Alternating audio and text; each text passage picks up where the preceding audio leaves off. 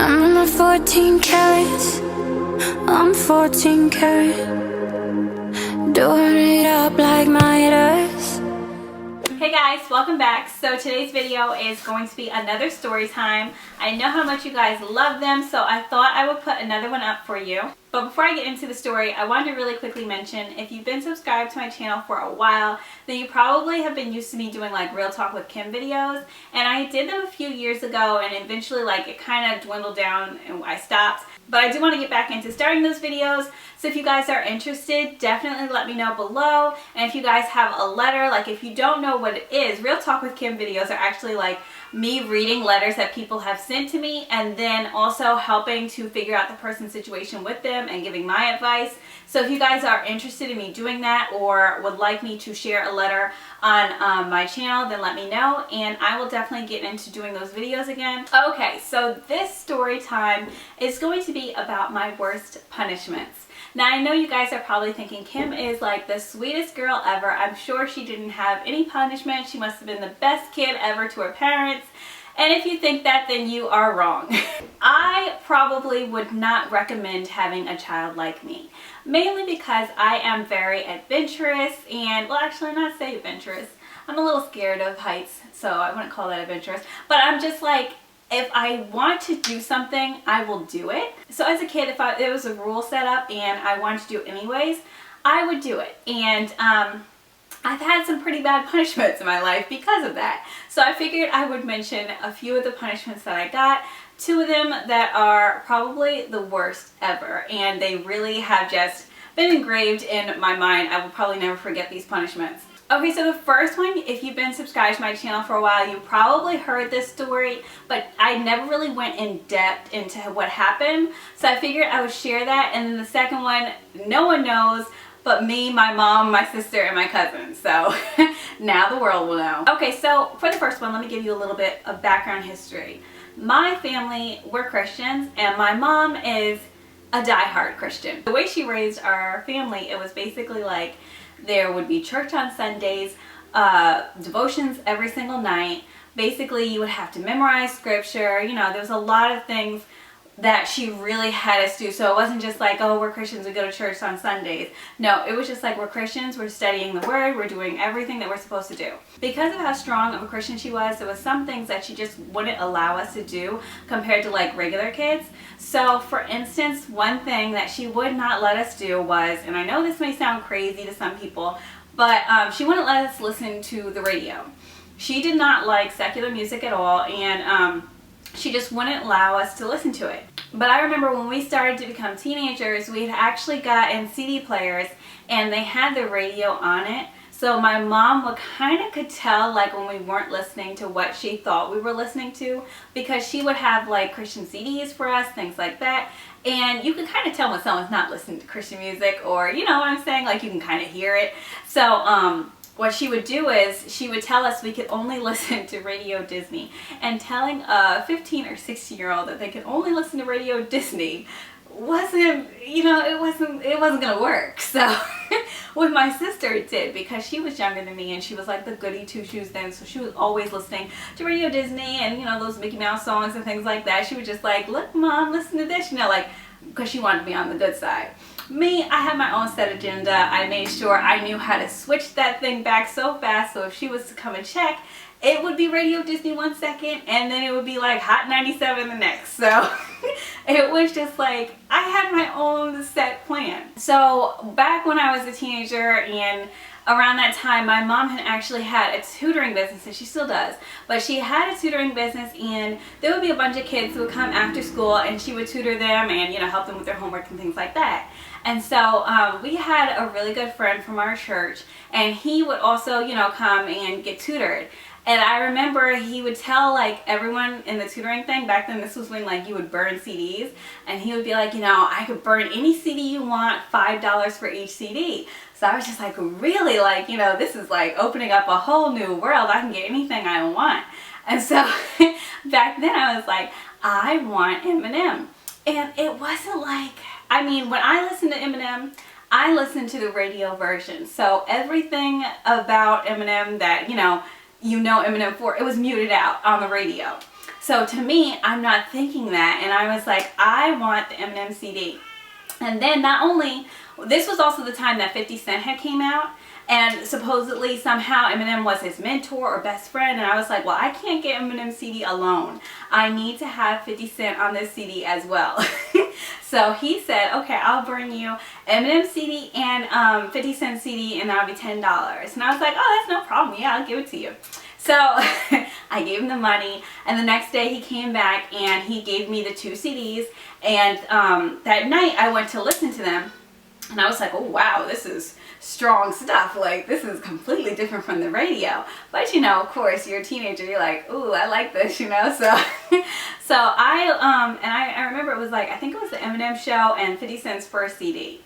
So with them, what I would do is at night, because I wouldn't listen to it when I was out around the house, because it was just like, you can't switch CDs that fast as you could like the station on the radio. So what I would do is at night, there was, how do I explain this? Our dresser actually had like a secret compartment behind a dresser, so we would be able to actually pull the back down, or like I don't know if I'm saying this right, but you pull the back down and you could stick whatever you want back there, and it would still look like a drawer. And back then my mom didn't really know that our dresser had this option.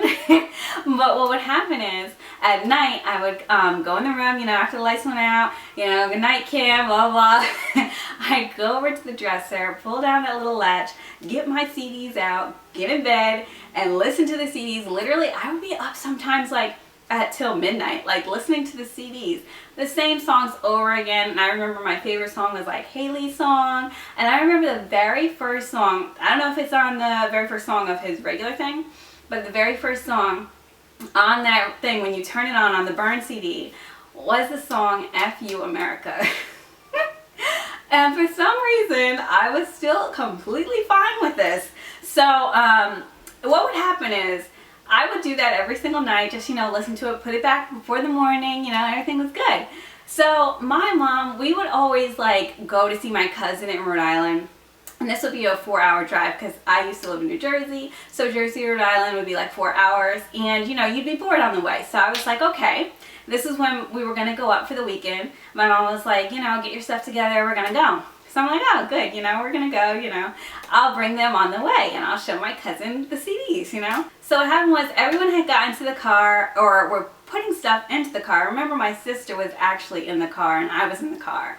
And then I was thinking to myself, because my mom and my other sister were still in the house, my dad was in the house, but me and my sister were in the back seat like ready to go. And I was thinking to myself, let me bring them, because I was still like questioning, should I bring them or not? So they were still in my drawer. But I said, let me go get them, because right now my mom is in the basement and I can go run upstairs and grab them from the back of the drawer and come down and get inside the car. So I ran inside, got the 2 CDs and stuck them inside a book. And let me actually grab a book and a CD so I can show you guys exactly how stupid this looks. Okay, so this is just some random book and of course a Barney CD. But what I did was, and I will never forget this, I took the CD, I grabbed a book, and there was 2 CDs at that time, and I stuck it in here. And actually, if you see it, you can't really see it, you know what I'm saying, unless you look really close. But with me, the problem with me is I always have like a guilty face. I can never really, I don't have that innocent face. I always have this, I'm guilty, like if you catch me doing something I'm not supposed to be doing. So I remember running downstairs, and at this time my mom was coming up from the basement. So I'm coming from the 2nd floor and she's coming from the basement. And we meet at the first floor at the door. And I remember I was holding the book like this. And I was just like, excuse me, because I was really trying to get outside to the car really fast. And I'm like, oh no, this is way too close for comfort. She's going to get this book. So she looks at me and she's like, what are you doing? I'm like, I'm heading to the car. And she's like, what are you holding? I'm like, just a book, you know. She's like, let me see the book. And so I was like, oh God, this is it. You know, my life is over. So I handed her the book and she opened it and 2 of the CDs fell out. And I was just like, oh God.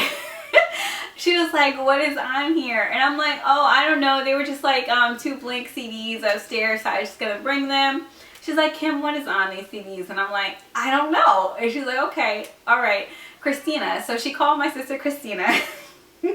My older sister Christina. And back then, if I'm doing something wrong, my older sister Christina always had like this urge to help and save the day and make sure that I was doing something right. I don't know. I don't know what it was, but she was just like, oh, I can help you, Mom. I'll help you figure out, you know, what's on them. So she went with my mom into the living room, and that's when we had like the CD, you know, they have those CD players. Like, it was like a big stereo thing, CD player. They don't have them now, I don't think. But she went over to them, and by then, when I handed the CDs to my mom and they dropped out and my sister went to help her, I ran to the car because I knew my life was over. I went to the back, and I kid you not, I probably started praying. I was probably praying because I knew like my days were numbered. This was it. So of course the 2 blank CDs, mind you, they didn't even have like the names on the front or anything, but she randomly decides to put the Eminem CD in first. And of course the first song is F You America. And it's not edited, it's all raw, so you hear everything. It's like she literally probably listened to it for about 10 seconds and got about 15 curse words out of there. And she told my sister to turn it off, and she was just like, go get Kym. And my sister came out, she's like, Kym, Mom wants you. So I went inside, and I was just like, I just knew it was over. Like, this was it. I was about to be crucified. So I went inside to the bathroom because my mom was in the bathroom. And she brought me into the bathroom, and she's like, listen, she's like, I don't know whether I should slap you right now, or like, she was just like, I am so angry. I remember her saying that. She was just like, I'm so angry, I cannot even touch you right now because I'm that angry. I remember her telling me this is what she was gonna do. She told me she was gonna have 3 months of me being punished. Like 3 months I was punished. So it was like no TV, no phone, no going out, nothing. And mind you, I was already homeschooled, so I lived for those Saturdays and Sundays going out with my friends, but for 3 months I could not go out. But yeah, after that, I don't think I've ever really listened to Eminem since then. Like, it was just like, that was enough to traumatize me. And I don't even know why I was so obsessed with him. Like, but I do remember I thought he was cute, so maybe that's why I liked like the Eminem CD or whatever. But yeah, that was one of the craziest punishments I went through, and I definitely won't forget it. And the second one is pretty embarrassing. I've never really told anyone this, so now you guys will know, and you can make fun of me. So basically, I'll never forget, I think it was like 15, 16 around that same time, and I was going through a phase around that time. I don't know what was wrong with me. So I remember around this time, I had a problem with lying, and I used to lie about the littlest things. And one day, I remember my mom had asked me something, and I had just lied to her, and it wasn't something big, but it was still a lie. And so she had recognized like I was lying or whatever, and she had left the room, and she came back, and she came back, and she was just like, look, I can't trust you as far as I can see you. And she had something in her hand, and it was one of those like child leashes that you put on, like, you know, a little 3-year-old toddler, you know, you see those people with child leashes. Yeah, so she was like, for the rest of the day, you're gonna be around me, and you're gonna wear this. And if I can't trust you as far as I can see you, you're with me for the whole day. So the whole day, she made it where I wore this leash. So basically, I had to have this leash on my hand, following my mom everywhere she went. And she decided she wasn't going to stay at home that day. And my cousin and my sister, my cousin came down from Rhode Island, she was there with us for the summer. So it was my cousin and my sister, and she was just like, we're gonna go out. So basically, we went shopping. I remember we even were like at the mall for a little bit, and then she took me grocery shopping, and it was so embarrassing. My sister and my cousin, they would literally, like, if my mom and me were here, they were basically on the other side of an aisle, especially when we were at the grocery store. And I remember at one point, my cousin came up to me and she was like, listen, Kym, she's like, people are looking and you look crazy, so you might as well act like you're crazy.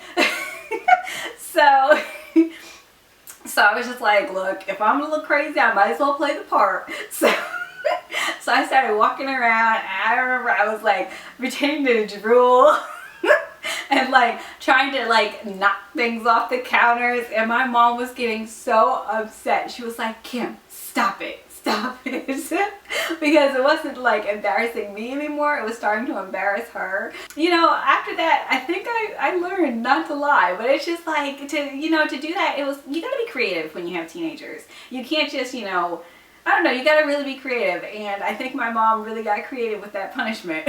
So yeah, those are my 2 crazy punishments that I've ever been through. I'm sure you guys probably have some crazier punishments that you have been through, but if you have, definitely write them below. I'd love to hear about them.